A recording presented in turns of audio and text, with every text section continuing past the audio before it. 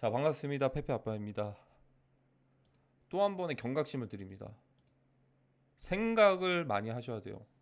생각을 많이 하셔야 되고, 특히나 자산 시장에 오셨으면 자산 시장에서 그냥 뭐 유튜브나 이런 것들, 그냥 뭐 여행 유튜버라든지 이런 것들 보면서 그냥 아무 생각 없이 보면서 그냥 그런 곳 아니잖아요.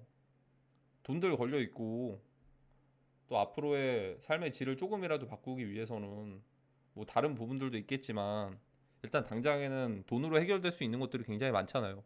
그러다 보니까 이쪽에 대해서는 사실 개개인만의 선택할 수 있는 그런 것들에 대한 이제 판단 능력을 기르시는 것도 굉장히 중요합니다.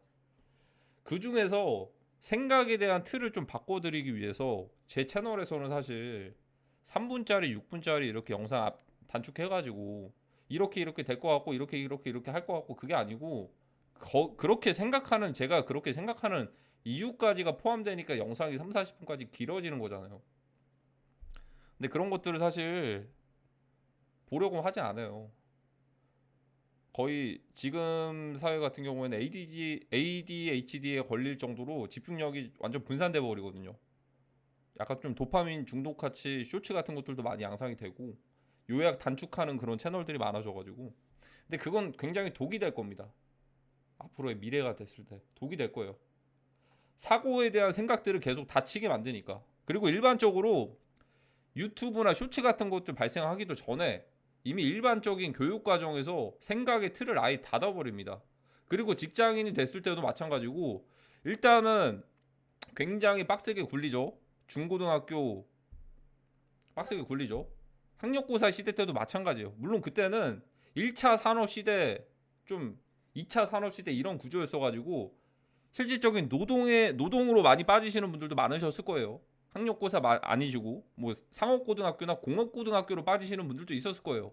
그땐 그런 시대였으니까. 그때는 뭐 휴대폰이나 이런 것들도 없었고, 그때는 이제 공장에서 이런 것들이 굉장히 많았던 시대였으니까. 점점 이제 4차 산업까지 온 거죠. 근데 어쨌든 공장에 가시거나 아니면 바로 취업 쪽으로 빠지시거나 공부를 하시거나, 옛날 세대나 지금 세대도 마찬가지고 그냥 바빠요. 그냥 일상이 바쁘다, 생각할 시간이 없어요. 지금 시대로 말씀드리면 일단은 수능 입학하기 전까지 생각의 사고가 거의 닫혀 있습니다. 바빠요. 경쟁 사회를 계속 발생을 시키는 거죠. 그러니까 깊은 생각들을 하지 못하게 만든다. 그러면 이게 끝나냐?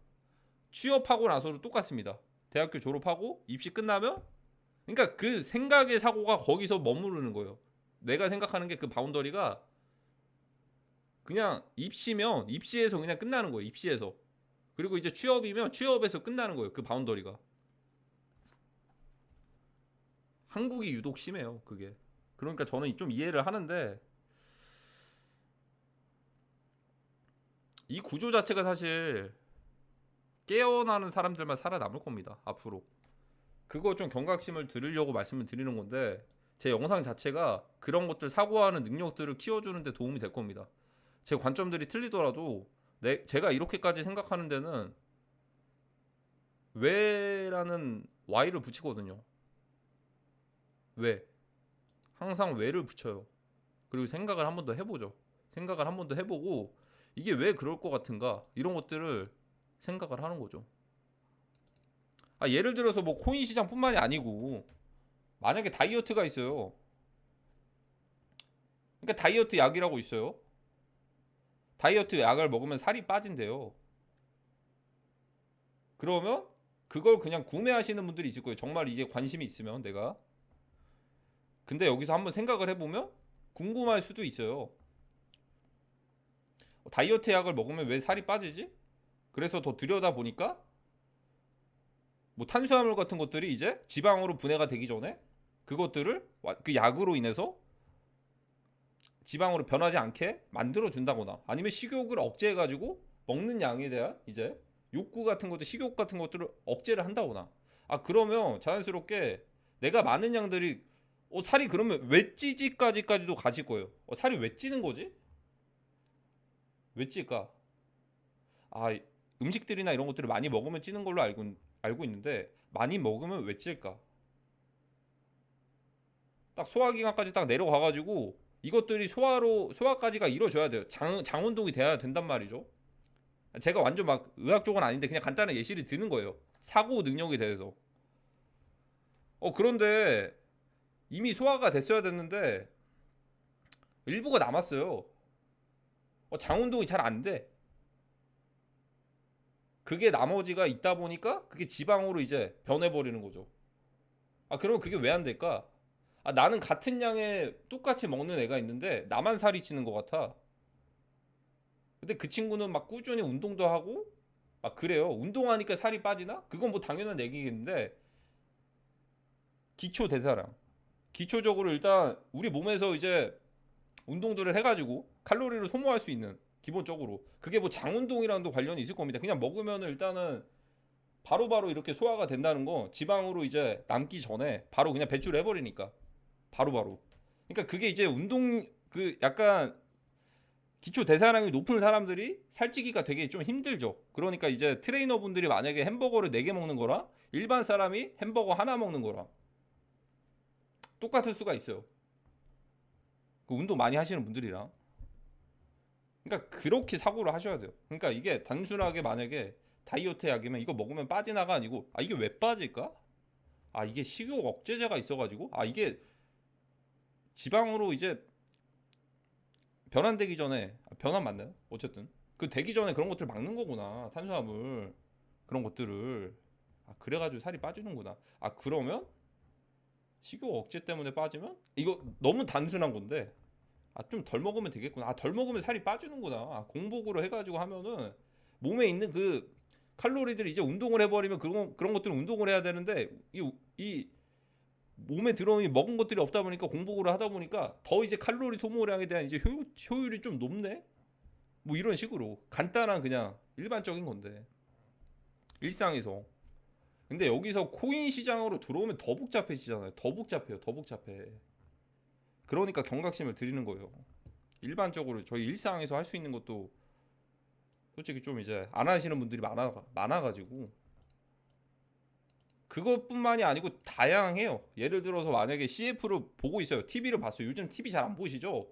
근데 유튜브를 딱 보는데 A급 탑스타가 피부가 되게 좋습니다. 그리고 그 사람이 스킨 광고를 합니다. 스킨 로션. 그리고 일반적인 사람은 저거 되게 좋아 보인다. 피부까지 좋은 사람이 그리고 예쁘기까지도 하네. 그러면서 대부분 그 제품에 관심을 가집니다. 근데 여기서 생각을 해보셔야 되는 게 과연 저 스킨을 발라가지고 저 연예인이 피부가 좋은 것인가를 생각을 해보셔야 돼요. 두 가지가 있죠. 첫 번째, 일단은 이미 피부가 좋은 상태니까 광고 회사한테 광고를 받고 잠깐 그거를 5초 내지 10초 정도 스킨 바르는 거 하고 광고 비용을 받고서 찍어주는 것이다. 그러면 그거랑 상관이 없을 거면 상관이 있을진 모르겠지만 피부가 왜 좋을까? 연예인들은 사실 이제 주기적으로 피부과도 다니면서 레이저 같은 것도 쏘고 매일 이제 피부 이 일반 그 피부과에서 받는 거의 5만 원에서 7만 원 정도 뭐 가격은 정말 다양해요. 기본 패키지가 뭐 압출 같은 것도 마찬가지고 기본 팩이나 영양분을 굉장히 많이 준단 말이죠. 그러니까 이제 비용을 더 많이 들여가지고 투자를 해가지고 그렇게 피부가 좋은 겁니다. 사실 그 스킨들 말고는 스킨들 뿌리는 게 아니고. 근데 일반적인 사람들이 사실 그거 하기가 되게 힘들죠. 매일같이 돈을 쓰기가 거의 한 달에 1, 200씩은 나올 텐데 최소 일주일에 한 3번씩만 간다고 하더라도. 근데 연예인들은 거의 매일같이 가요. 매일같이. 그러니까 영양분이나 이런 것들 주는 거 팩이든 뭐든 이런 것들부터 해가지고 그냥 어쨌든 보여지는 이미지가 있는 거니까. 근데 대다수의 사람들이 그 CF를 보고 그냥 있는 그대로 그냥 받아들이죠. 저 연예인이 이렇게 해가지고 되게 피부가 좋아지는 것 같구나. 너무 좋아 보이구나. 이렇게. 근데 이걸 어떻게 보면 정말 다행이에요. 모두가 다 그렇게 깨달아 버리면 그 대기업들도 되게 좀 힘들겠죠. 기업들도 사실. 근데 그게 그 분야에 따라서 다를 텐데 특히나 자산 시장은 굉장히 생각을 많이 하셔야 된다는 거죠. 이쪽은 일반적으로 만약에 1, 2만 원짜리면 사보가 안 좋으면 그냥 그렇게까지 깊게 생각 안 하고 그냥 뭐 이제 보이는 거 있으면 저거 맛있어 보인다 해가지고 샀는데 맛없으면 그냥 안 사면 되잖아요 다음에. 근데 이제 자산 시장은 굉장히 트릭들이 많으니까. 자, 이 예시 내용 때문에 한 10분을 얘기를 드렸네요. 저희 이 부분. 자, 일반적으로 제가 5월달, 6월달 밈이 재밌을 거라고 얘기를 드린 게 뭐냐면 CX에 있는 민코인에 대해서 얘기를 드린 게 아니고 덱스장에 대해서 예상을 했어요. 그러면 일반적으로 덱스와 CX가 무엇인지부터 차이점을 직접 알아보셔야 되고, 모르셨더라면 아니면 그 과정에서 아셨던 분들도 계셨을 거예요. 제가 많이들 설명을 드렸으니까. CX라고 하면은 업비트, 빗썸, 바이낸스, OKX 이런 거래소들이고, 덱스라고 하면은 유니스왑, 이더 기반, 솔라나, 주피터, 레이디움, 오라클 등등. 이거는 굉장히 많은데 그냥 대중적인 거예요. 대중적인 거. 대표적인 두 개로만 좀 나눠서 보면은 그럼 덱스랑 차이점이 뭔가요? CX랑 차이점이 뭔가요? 라고 물어보신다면 일단 뭐 여러 차이점이 있어요. 웹2와 웹3의 차이도 있을 텐데, 웹3의 본질은 뭐냐면 웹3의 본질 탈중앙화입니다. 그리고 간편한 편의성에서도 굉장히 편해요. 덱스로 굳이 따지면 웹3, 웹2 이거는 당연하게 필연적으로 다가올 수밖에 없는 저희의 일상이거든요. 그게 아니었으면 지금 인터넷을 쓰시면 안 돼요. 휴대폰도 쓰시면 안 되고. 그걸 부정하실 거였으면 폴더폰 써야 되는 거예요. 그러니까 올 수밖에 없다라는 거예요. 자, CX 중에서 웹2가 뭐냐? 일반적으로 그냥 간편한 편의성으로만 두고서 말씀드릴게요. 뭐 지금 뭐 이제 백과사전처럼 그런 거 아니잖아요. 일반적으로 웹2에서 편의성이 원래 좀 불편했던 게 뭐냐면 업비트, 빗썸, 바이낸스, OKX, 네이버 같은 곳들 이제 만약에 포털이라든지 이런 것들 처음에 이용하실 때 어떻게 해야 되죠? 아이디 비번 있어야 되죠. 아이디 비번, 이메일이 됐던 뭐가 됐던 이렇게 가입을 하셔야 되잖아요. 근데 이 과정들이 모두 생략되고 웹3에서는 모두 통일이 됩니다. 디지털 지갑으로. 그러니까 디지털 지갑으로 커넥트 월렛만 하면,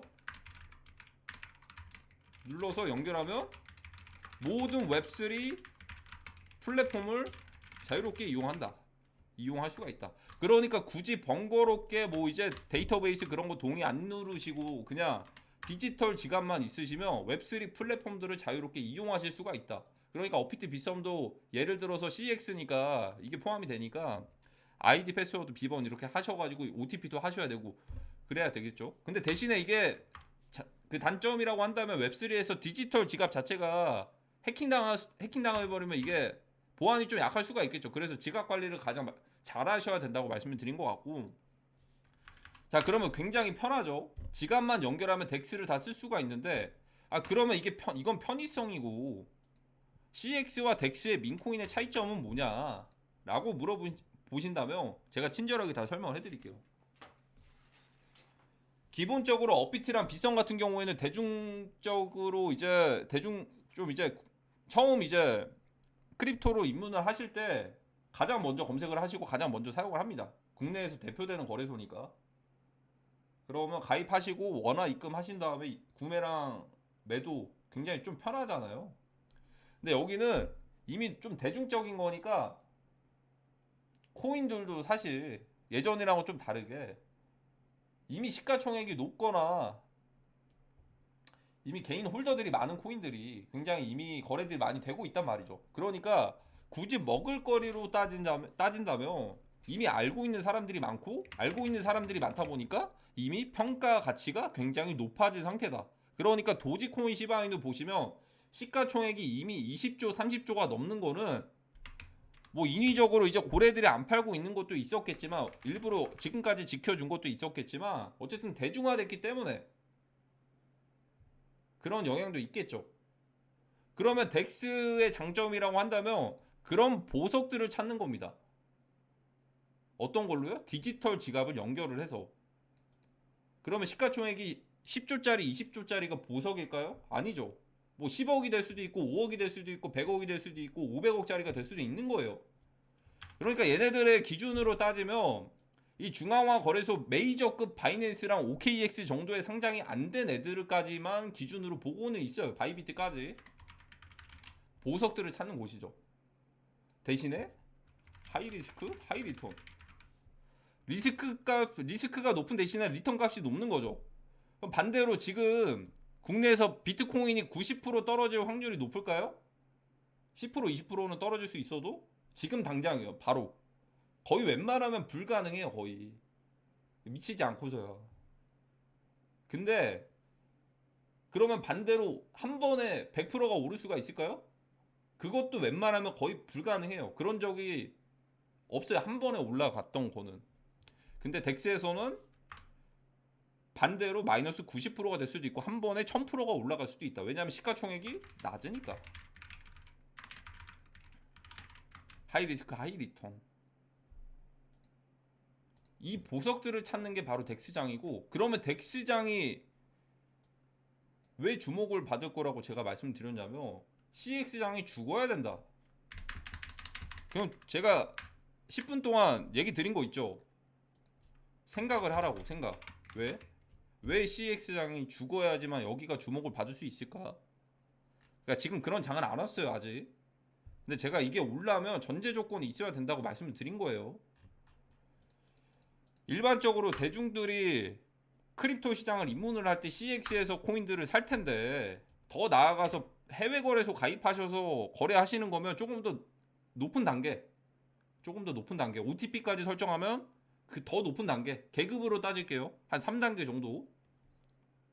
근데 크립토의 꽃은 사실 이제 지갑 연결해가지고 디파이도 해보고 스테이킹도 해보고 이런 것들이 꽂히긴 하거든요. 이 문화를 익숙해지시려면 이제 익숙해지겠지만요. 앞으로 이 시대가 올 거니까.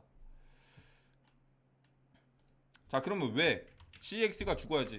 왜 CX가 죽어야지 덱스가 죽을지 살지? 여러 가지 이유를 말씀드린 것 같습니다. 일단은 첫 번째로 CX가 죽어야지만 여기가 주목받는 이유가 손실 만회를 위해 유동성이 덱스로 이동할 수도 있으니까. 그러니까 CX 지금 장은 정말 고이고 고였단 말이에요. 2017년부터 이어져 왔던 코인들도 있고, 특히나 지금은 유동성이 굉장히 제한적이고 부족한 상황인데 시장에 자금이 그렇게 많이들 없어요. 비트코인이나 솔라나 이런 애들 말고는 많이들 안 올랐잖아요. 그러니까 그거 대비해가지고 3월 초에 비트 1억 넘는 거 보고 뒤늦게 알트 산 사람들이 많다. 근데 아직 대폭락까지는 안 해서 버틸만 하니까 아직까지는 계속 CX에 머물러 있는 거예요. 버틸만 하니까. 자, 그러면 폭락 상황이 오고서 혼돈의 상황이 오게 되면 어떻게 될까요? 그때부터 정신을 차리기 시작을 합니다. 마이너스 70% 80% 찍을 때.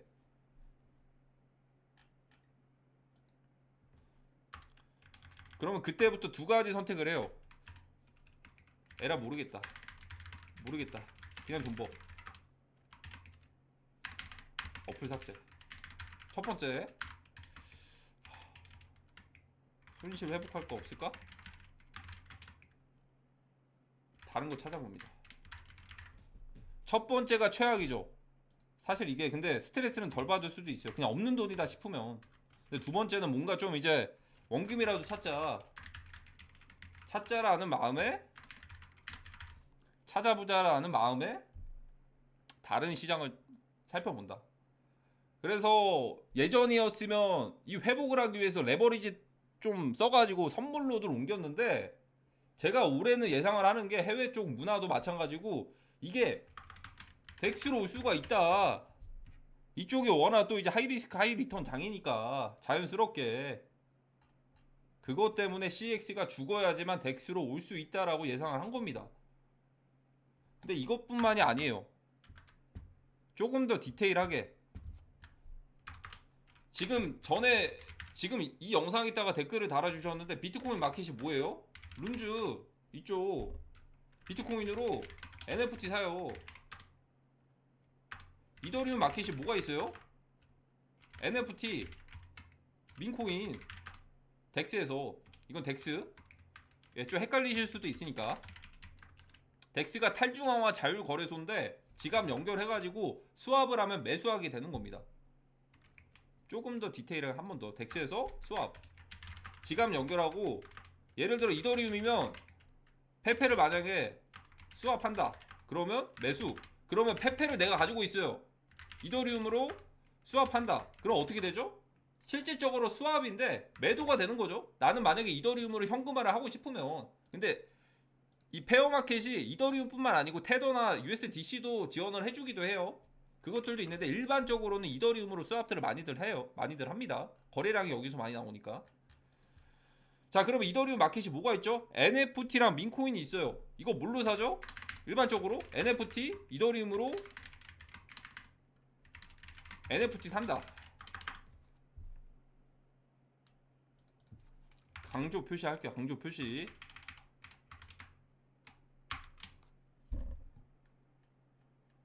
자, 그러면 얘네들이 왜 하락하고 나서 이쪽 불장이 왜 올 수가 있냐? 비트코인 더 매집하려고 바닥에서. 왜?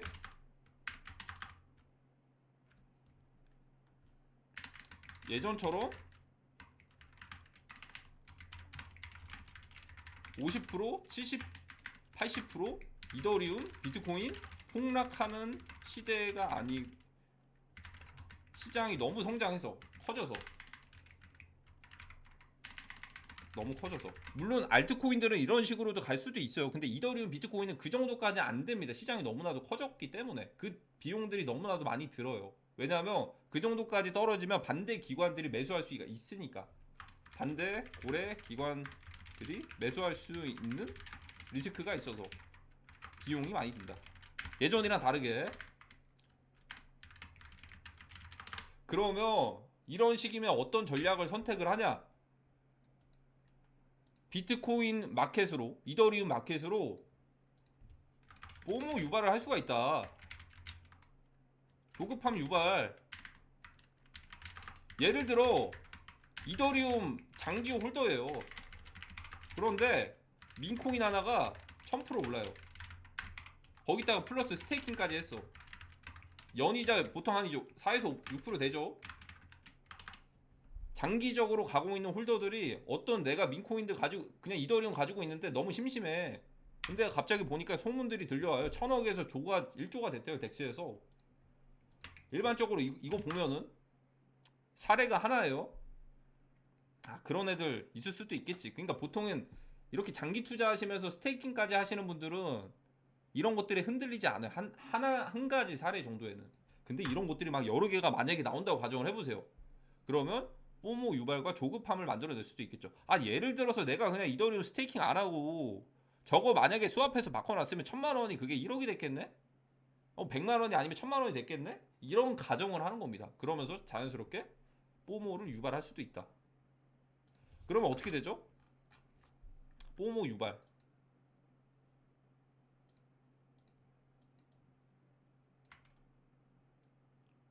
바닥에서 더 매집을 하려고. 일반적으로 NFT랑 민코인들 이더리움 마켓에서는 이더리움으로 NFT랑 민코인을 바꾸죠. 비트코인 마켓 룬주에서는 비트코인으로 NFT를 바꾸죠. 스왑하는 거나 마찬가지예요. 매수나 스왑이랑 똑같으니까 이쪽에선. 자, 그러면 이쪽 거래하려면 어떻게 해야 되죠? 비트코인이나 이더리움이 있어야겠죠. 그러면 바닥 가격에서 비트코인이랑 이더리움으로 이것들을 바꿉니다. 그러면 누군가 반대되는 사람한테는 그게 비트코인을 가지게 되겠죠. 그 사람한테는.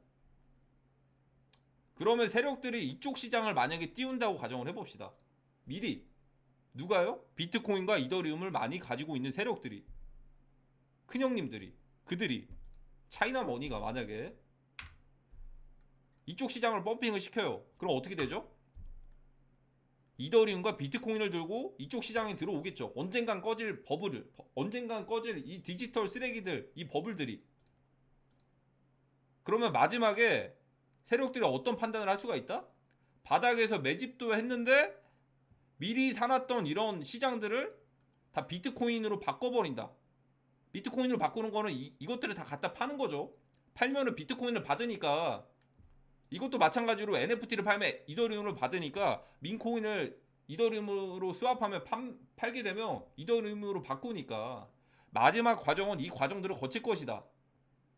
어디서요? 바닥 가격에서, 낮은 가격에서. 왜요?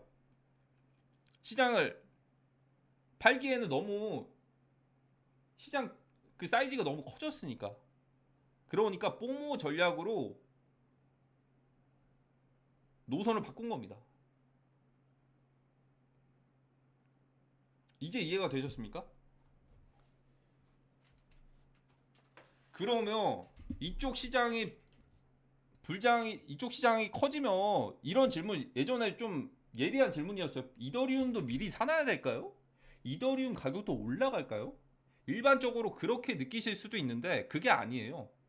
왜냐하면 이더리움을 사가지고 와가지고 누군가는 이것들을 바꾸거든요. 그리고 그 누군가는 물량을 많이 가지고 있는 세력들은 이더리움을 가지고 그 사람들이 팔까요? 안 팔아요. 안 팝니다. 그들의 전략이 하나씩 성공을 하는 거죠.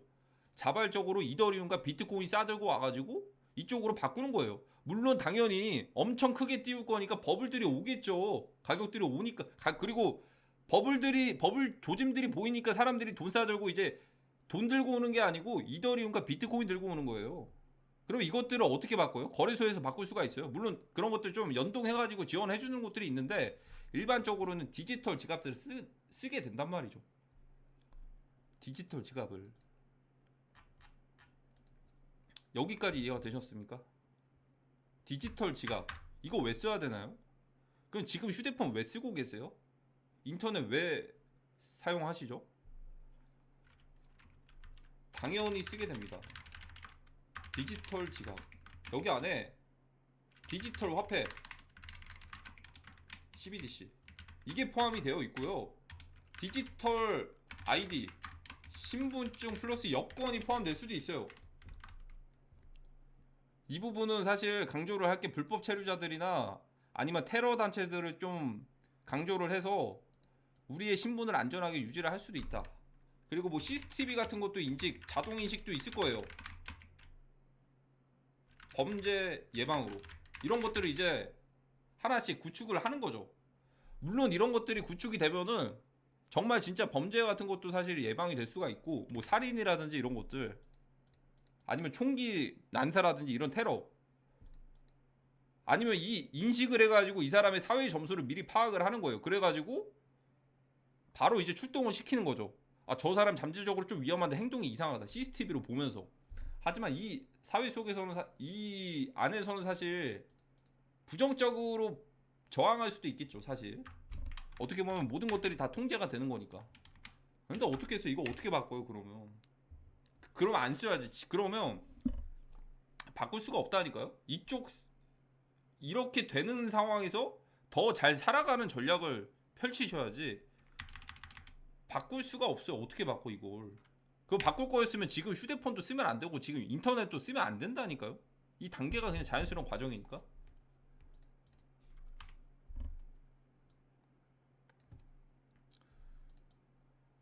그러면 이 두 개가 실현될 수가 있겠죠. 디지털 달러 역할들을 하는 테더나 USDC 가격들이 상승을 해버리면 일단 여기에 대해서 좀 이제 완화가 될 겁니다. 그리고 디지털 지갑 안에 디지털 화폐들을 보관해야겠죠. 그리고 디지털 지갑들 어떻게 쓰게 만든다? 예를 들어서 만약에 민코인이나 NFT 이런 덱스장이 오면 자연스럽게 디지털 지갑들 한 번씩 사용들을 하실 거란 말이죠. 자연스럽게. 디지털 지갑에다가 에어드랍 5만원 넣어준다고 해도 할 사람들 많기는 해요. 근데 그거 말고 자발적으로 전 세계 열풍들을 불게끔 만들어야 돼요. 언제처럼요? 21년도 불장처럼. 그때 신규 계좌 개설한 게 1000만 개가 넘잖아요. 업비트 기준으로. 전 세계는 더 많아요. 거의 그러니까 모든 전 세계의 50%는 크립토를 합니다. 못 사는 나라일수록 더 많이 해요. 거기서는 이쪽이 돈이 되니까 뭐 에어드랍 받고 이런 작업들 하면은 보상 같은 거 애들작이라고들 하거든요. 그런 것들부터 해가지고 동남아 쪽은 오히려 더하고 선진국들도 더합니다. 그쪽은 이제 자산 시장을 미리들 경험들을 많이 해봤으니까 그들만의 그 시장들이 워낙 또 활성화가 됐으니까. 그래도 이제 한국까지는 그게 포함이 돼요. 코스피 코스닥도 해외 쪽에서는 그래도 기관들이 많이들 유입이 됐으니까 포트폴리오에 많이 있으니까 아직까지 유입 인정이 됩니다. 뭐 어디 나이지리아 이런데 그쪽이랑 비교도 안 되잖아요, 사실.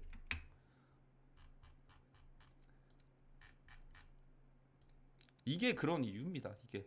근데 날짜를 5월 6이라고 했는데 뭐 하락을 제가,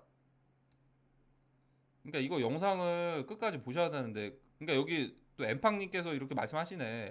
CEX장이 죽어야지만 덱스로 쏠릴 수가 있다라는 건데 좀 디테일하게는 말씀 안 해주셨지만 제가 지금 또 말씀드리잖아요. 손실 만회를 위해서 이 유동성들이, 이 손실을 본 유동성들이 이쪽으로 눈길을 돌릴 수가 있다. 예전에는 선물 시장이었는데 지금은 민코인 쪽으로. 왜냐하면 솔라나에서 예행 연습으로 많이들 보여주고 있으니까. 그러면 민코인이 다 갈까요? 시가총액 큰 애들은 이미 저는 완성형이라고 생각을 해요. 시바나 도지나. 물론 또 모르겠어요, 그거는. 더 뛰어가지고 민코인에 대한 인식들을 하락장에서도 더 이제 좋게 만들려고 민코인들을 더 띄울지, 페페플로키, 시바, 도지를. 국내에서는 걔네들이 4개가 있고 업비트는 2개가 있지만 뭐 추가적으로 상장하면 그럴 수도 있고요. 예를 들어서 업비트에서 페페코인이랑 플로키를 상장을 하면 그럴 가능성도 있고요. 그러니까 정말 민코인들만 더 띄우는 거죠. 민코인만 더 가는 거죠. 상장이 만약에 된다면. 근데 그건 상장되고 나서 생각해도 대응해도 늦지 않다. 왜냐면 덱스에서만 집중하는 상황들을 만들어낼 수도 있으니까. 여기까지가 제 개인적인 생각입니다.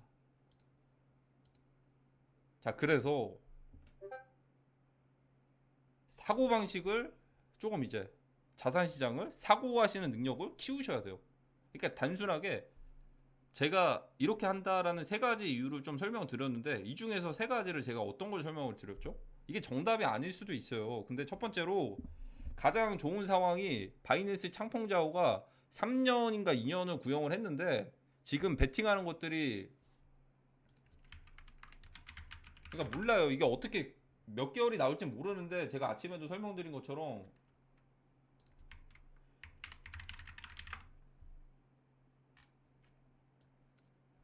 출소 확률에 2년 이내에 6개월 미만을 살게 될 확률이 42%니까 만약에 이렇게 된다고 한다면 그 기간 동안은 공백이 지속이 될 수도 있다. 공백이. 왜냐하면 크립토의 불장 역할들을 했으니까. 트위터에다가도 이제 숫자 4 이제 넘버 이렇게 좀 치켜 세우면서 버드 다 무시하라 이런 얘기들도 하면서 비트코인에 대해서 좀 긍정적으로 얘기도 했는데 그런 트위터 활동들을 못 하니까. 첫 번째.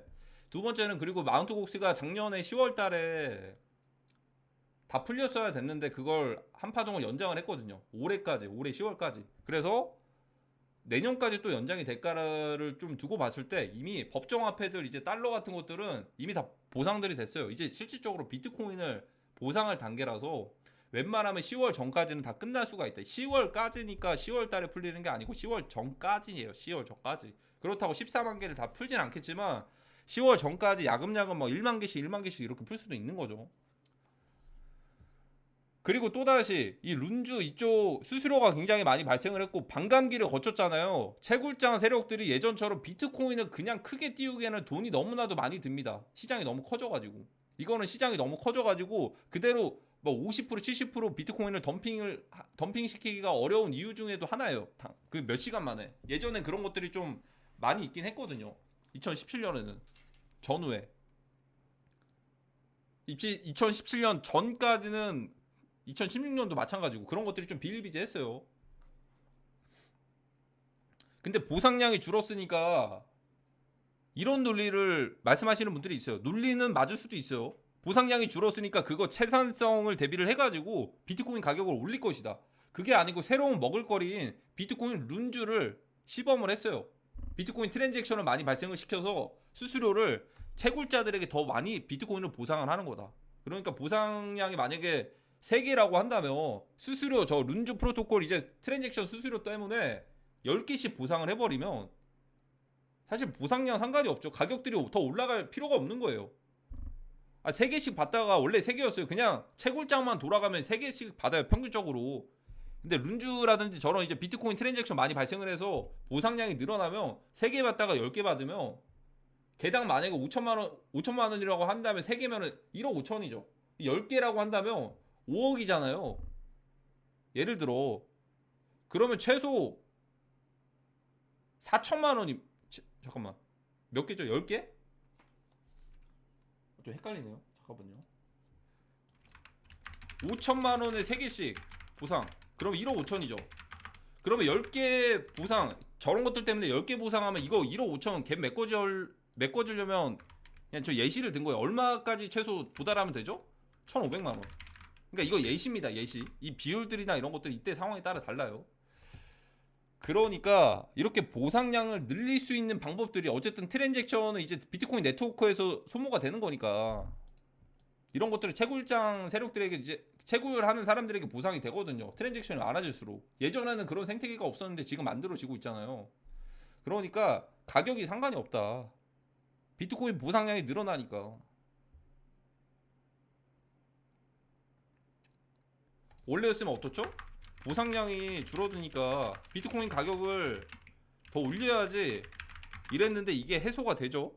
이게 만약에 실현이 된다면 개수를 더 많이 보상시키는 방법이 뭐가 있을까? 채산성이나 이런 것들이 줄어들었는 채굴 반감기 때문에 줄어들었는데 이쪽 비트코인 생태계를 띄워가지고 비트코인 거래량들을 많이 이 생태계 거래량들 많이 늘려가지고 트랜잭션 수수료 발생한 것들로 인해서 보상을 더 받을 수가 있겠구나. 그럼 가격 더 올릴 필요 없겠네. 돈 써가지고. 그리고 올리기도 힘들고 미국 기관들이 이렇게 지키고 있으니까. 그러면 개수로 더 많이 받으니까 가격들을 그렇게 굳이 크게 신경을 안 쓸 수도 있다. 근데 이게 오려면 비트가 어쨌든 이미 떨어지고 나서 그렇게 올 수가 있겠죠. 아까랑 마찬가지로 지분 뺏기를 위해서면 낮은 바닥 가격에서 그런 식으로 계속 유지가 될 수도 있겠죠. 이게 세 가지 이유. 제가 생각하는. 그러니까 이유 제가 생각하는 이지 이게 정답은 아니고 왜 이렇게 생각을 했을까를 한번 생각을 해보시면 사고하시는 능력에 도움이 되실 거예요. 그리고 자산 시장에서는 이게 꼭 필요한 과정 중에 하나고요. 중요합니다. 그러니까 이런 뭐 댓글들 다시는 건 상관은 없는데 제가 좀 이제 경각심을 좀 드리고 싶어요. 이게 뭐 어떤 거를 보시는 건지 한 달 전에 제가 그래서 뭐 미미요. 그러니까 어떤 게 좋다고 얘기를 했는데 어떤 게 5월달, 6월달 제가 덱스 CX장이 죽으면 5월달이랑 6월달에 덱스장이 불장이 올 수도 있다. 근데 기간도 사실 이거는 예상이지. 저는 5월달, 6월달에 하락해가지고 그런 것들을 봤기 때문에 반감기 끝나고 반감기 선반영 사이클 끝나가지고 쭉 이제 하락하는 걸로 봤기 때문에 그때 주목을 받을 게 오히려 신규 시장인 그런 미미나 덱스 쪽이 더 주목을 받을 수 있다라고 얘기를 드렸어요. 그러니까 이 부분들을 사실 정답이 없다 보니까 생각하시는 능력들을 좀 많이 키우셔야 됩니다. 그리고 제가 그런 것들 다 제시를 해드리잖아요. 이게 정답이 아닐지언정 정답이 아니더라도 이런 것들을 좀 이제 전달을 해드리는 거니까 도움이 되셨으면 좋겠어요. 저도 이제 활동할 수 있는 게 올해 말까지만 할 겁니다. 올해 말까지만. 내년부터는 과세고 사실 힘들죠. 이게 먹을거리들이 많이 없어질 거니까. 물론 트럼프가 당선이 되면 또 모르겠어요. 트럼프 대통령이 당선돼서 민코인 시장이 내년까지도 또 가면은 모르겠는데 모르겠어요. 일단은 연말까지는 달려보고 연말 때 이후에는 한 몇 개월 정도는 좀 쉬고 싶어요. 저도 한 번도 지금까지 쉰 적이 없거든요. 쉰 적도 없고 그러다가 한 3주 전인가 그때는 좀 머리까지 좀 이제 미끄러져 가지고 다치기도 하고 연말까지는 좀 달려보되 그때는 좀 쉴 것 같습니다. 그러니까 그 전까지는 채널이 커질수록 이런 디테일한 얘기를 하기가 힘들어요. 뭐 두 가지가 있죠. 첫 번째로는 이제 사실 어떻게 보면 너무 나대는 거일 수도 있어요. 제가 항상 지키는 게 세력들의 신기를 건드리면 안 된다. 예를 들어 제 채널에서 만약에 10만 명, 20만 명이 돼요. 막 그런 얘기들을 해. 얼마나 그 꼴사납겠어요. 그쵸? 두 번째는 사람들이 많아지면 많아질수록 솔직히 좀 교과서적인 이론으로 가는 게 좋아요. 그게 오히려 좀 편하기도 하고. 왜냐하면 이런 내용들을 달렸을 때 대다수가 다는 게 아마 뇌피셜이라고 이렇게 얘기하는 사람들이 많거든요. 근데 어떻겠어. 정답이 없는데. 당연히 시나리오를 작성을 하고 생각을 하는 건데 그래서 일반적으로 그냥 그럴 때는 그냥 흘러나오는 뉴스 보면서 이렇게 해서 좋은 생각들만 해가지고 하는 것들이 채널의 성장에는 가장 좋은 것 같아요. 제가 봤던 사례 중에서. 어쨌든 그쯤 됐을 때는 이미 활동을 안 할 때니까, 연말 때는. 어쨌든 이번 영상은 여기까지 하도록 하겠습니다. 시장을 잘 대응을 하시고 준비들 잘 하셔야 될 것 같아요. 40분짜리 영상인데 다 보실 분들은 보셨을 테고 안 보실 분들은 안 보셨을 텐데, 각자 도생의 시대니까 잘 살아남으시면서, 그래도 저희만이라도 엘리트 클럽원들도 마찬가지고 항상 꾸준히 참여하시는 이 커뮤니티 참여하시는 분들도 마찬가지고 저는 항상 응원합니다. 잘 되실 겁니다. 올해까지, 연말까지는 기회가 있으니까. 자, 그럼 이번 영상은 여기까지 하도록 하겠습니다. 감사합니다.